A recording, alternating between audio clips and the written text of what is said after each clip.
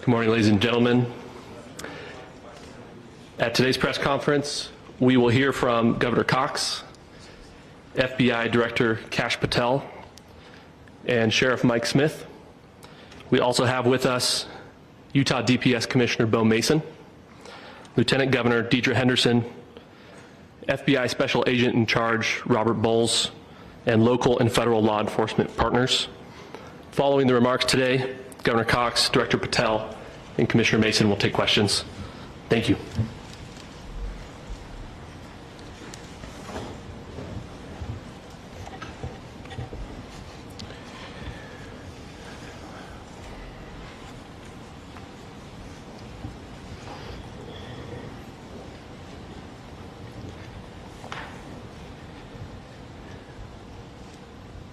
Good morning, ladies and gentlemen.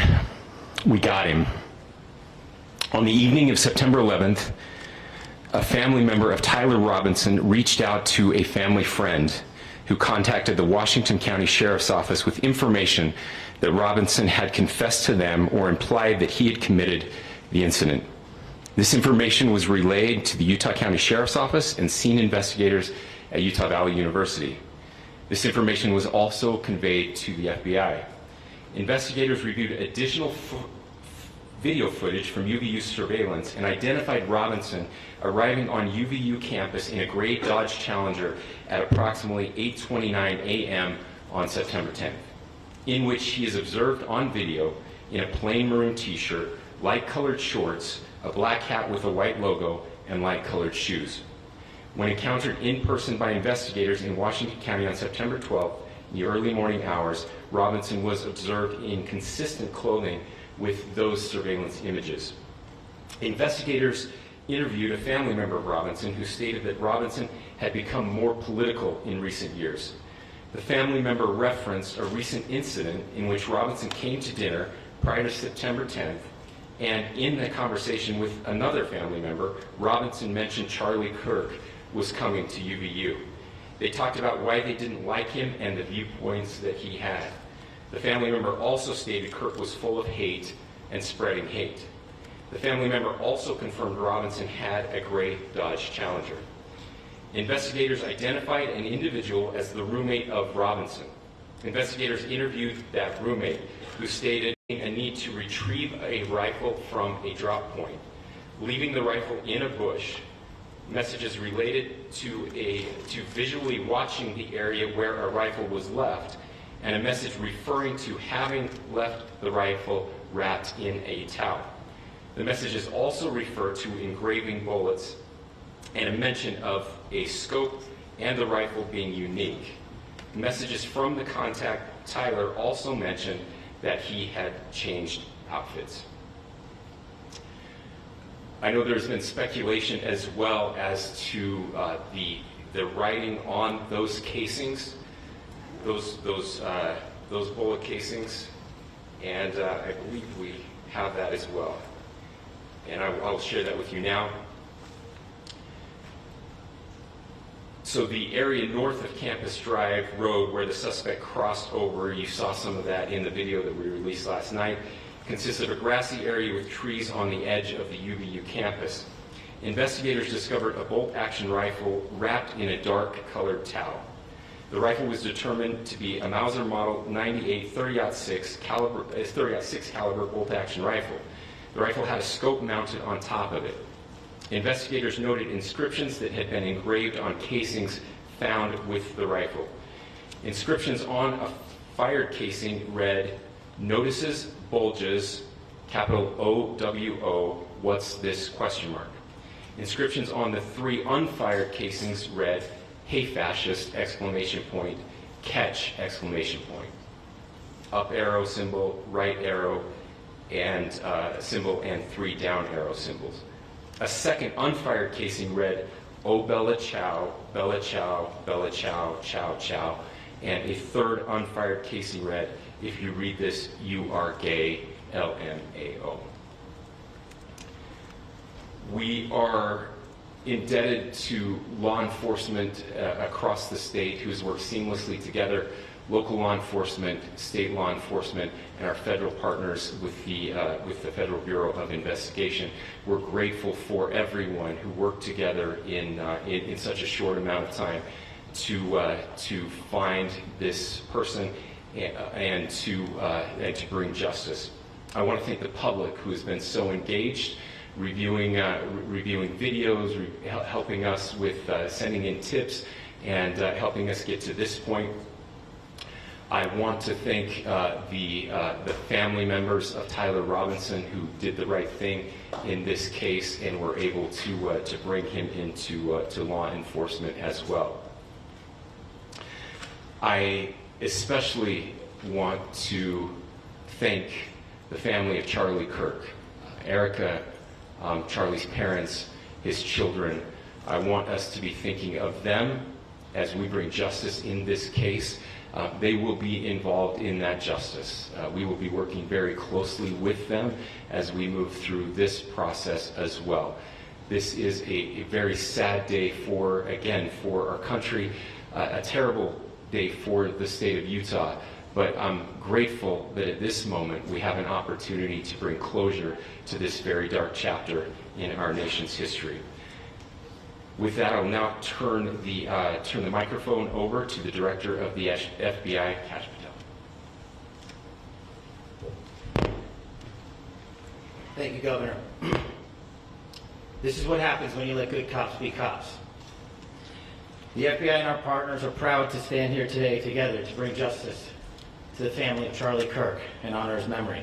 I want to express my deep gratitude to President Trump, the Vice President, and the entire White House who have been so incredibly supportive with both resources and just personally to the FBI as a team. They had our backs the entire way, and I just want to express my gratitude for giving us the resources we need to operate in this space to bring this sort of justice at this sort of speed. In 33 hours, we have made historic progress for Charlie. Governor Cox, our partnership has been absolutely incredible these last few days. Our partnership will endure. Your state and local partners, your sheriffs, your DPS community has been unbelievably impressive in the hardest of times. And a case like this cannot be solved, cannot be brought without partnering with your state and local authorities. The FBI has a certain role to play. We will play that role, and we will lead after the federal government. Governor Cox, we are so grateful for your state partnership that led out on this investigation. A little bit of the timeline. Charlie was shot at 12:23 p.m. on Wednesday. The first FBI agents arrived on scene in 16 minutes with chiefs of police at 12:39 and secured the scene. The FBI immediately launched fixed-wing assets. We utilized these assets to transport personnel, specialty technicians, hostage rescue teams. We also utilized these assets to go back and forth from the East Coast and here in Utah to transport forensic evidence and other evidence that will be analyzed and is being analyzed at our FBI laboratories in Quantico and other laboratories, including the ATF. At my direction, the FBI released the first set of FBI photos of the suspect at 10 a.m. local time on 9/11. Then, shortly thereafter, the FBI reward of $100,000 was released at 10:45 a.m. local. Myself and Deputy Director Bongino arrived on the scene at approximately 5:30 p.m. on 9/11. The governor led a press conference last night at approximately 8 p.m. where, at my direction, the FBI released a never-before-seen video of the suspect. We also released new images to the public of the suspect. And just last night, the suspect was taken into custody at 10 p.m. local time.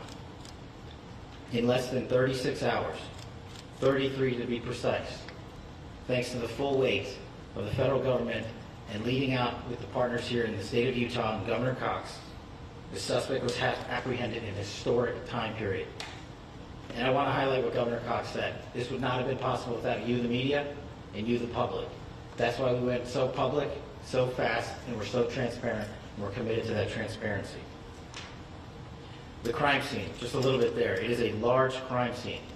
State and local authorities, along with federal authorities, processed that crime scene quickly. And I even had the